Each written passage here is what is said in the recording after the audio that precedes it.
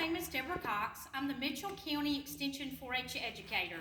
Today I'm going to talk about being less stressed, specifically on the test, but in general, and share a few yoga poses, standing yoga poses, because when you're in the classroom as a student, there's no place to sit on the ground or lay on the ground to do yoga.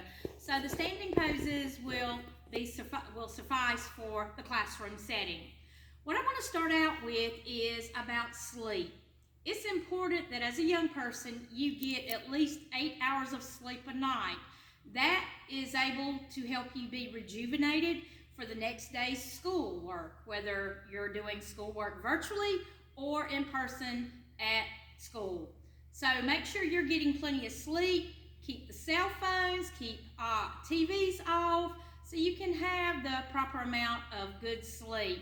Also, a cooler room makes it better to be able to sleep, because if you've got heat up high, it's going to make you toss and turn and not have a restful night of sleep. So make sure you're sleeping at least 8 hours of night, and don't stay up too late, because then you won't want to get up, whether it's virtual school or in-person school, and you want to be ready to roll. Now, think about meals. The next morning, you need to eat breakfast. Breakfast is a very important part of your meal. Now, some of you may be big breakfast eaters, but some may not. Some prefer to eat fruit or even a piece of toast or drink a glass of juice or milk.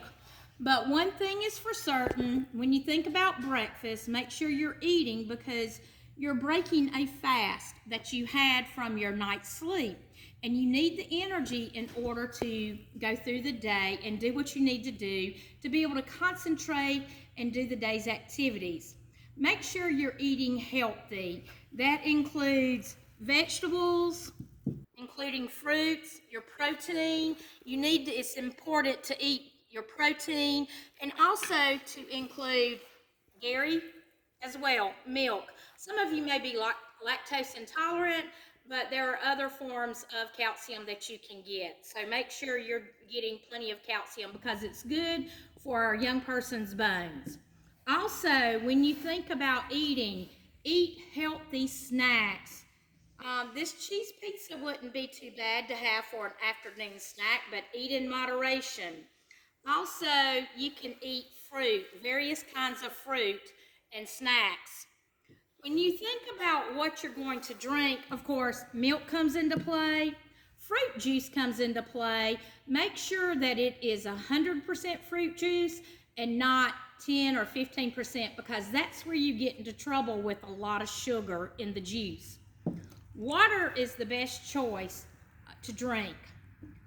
I know a lot of you, especially you high school students, are bad about drinking energy drinks such as Red Bull or even sodas. Sodas also have tons of sugar, so we need to limit the amount of sugar that we have.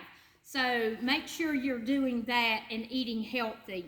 The next thing I want to go to as far as being less stressed is talk just a few minutes about study habits. I'm in college working on my master's, and so having a family, I have to make sure I spread my time wisely as far as working too. So make sure you take good notes in class, or whether it's virtual or in person. Make sure you write dates down. Have a calendar, have a planner. Put dates down for projects that are due or assignments that are due in the near future. That way you can stay up to date and won't get behind. Make note cards with vocabulary. That's an easy, fast way to learn vocabulary. So with these study habits, you're going to be less stressed and be better prepared for taking tests or participating in class and doing and working on projects. The last thing I want to share with you is exercise. Now, not everybody likes exercise. Sure, a lot of you take PE, and that's your form of exercise. Some of you play ball, baseball, football, basketball, run track. But the fact of the matter is we all get stressed. And the exercise I'm going to show you can be done in the classroom or at home if you're studying virtual. And it's going to be some yoga positions. The yoga positions are all going to be standing positions. They're simple and easy, When you think of yoga, you think of a mat, laying on the floor, or even sitting on the floor doing the yoga poses. But the several poses that I will share today with you are all standing poses, and I'll go through them step by step. So we're going to step over here to the side, and I will share with you. Remember, with yoga, you need to make sure you take account of your breathing. Breathe in through your nose and breathe out through your mouth, and relax your breathing. This way it will help you to be ready to do your yoga positions.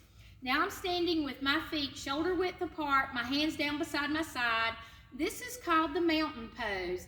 Mountain pose is the transition pose when you go from one position to another when you're working with standing positions. So one thing to remember about yoga, whatever you do on one side of your body, you must do the other because it's a sense of balance. So make sure you are following through with that. Now the next pose I will go from mountain, and I will go back to mountain pose every time. But the next pose is going to be swaying tree. Swaying tree is you take your hands, put them up above your head, bend at the waist to one side, and stretch, stretch, stretch. And you can feel the stretch. And then come back up, and then you go to the other side and stretch, stretch, stretch. And this is called the swaying tree. I'm back in the mountain position. The next one is called the chair, and I'm going to turn to the side to demonstrate this so you can see that it truly looks like you're sitting down in a chair. You take your feet are shoulder width apart, you put your arms in front of you, and you bend your knees and act like you're sitting in a chair. This is called the chair. And you can stand here for several minutes, but you can feel the back of your legs pull as you're sitting in the chair. Come back to mountain pose. The next one is going to be half dancer. Half dancer is where you take one arm and go up, and the other arm you will take and literally pull your leg up at your ankle and hold. This is the dancer position. Then you're going to go back to mountain pose, and then you're going to go to the other side. And this is the dancer pose, and it does pull on your leg muscles. And then my favorite is the ragdoll, and I'm going to turn to the side and demonstrate it because it seems like you can release all your stress from there. You bend at the waist, kind of bend your knees, and you just kind of shake off whatever stress you've got. Then you come back up after a few minutes and come back to mountain pose. These are several poses that you can do in the classroom, and you won't get in anybody's way. You can do them at home too. On Mitchell County 4-H Facebook page, I will be sharing some sheets that show different poses of yoga students can do. Parents, you can even do this along with your students. It helps to be more flexible and more balanced. So take the time, get enough sleep, eat a healthy meals during the day and snacks.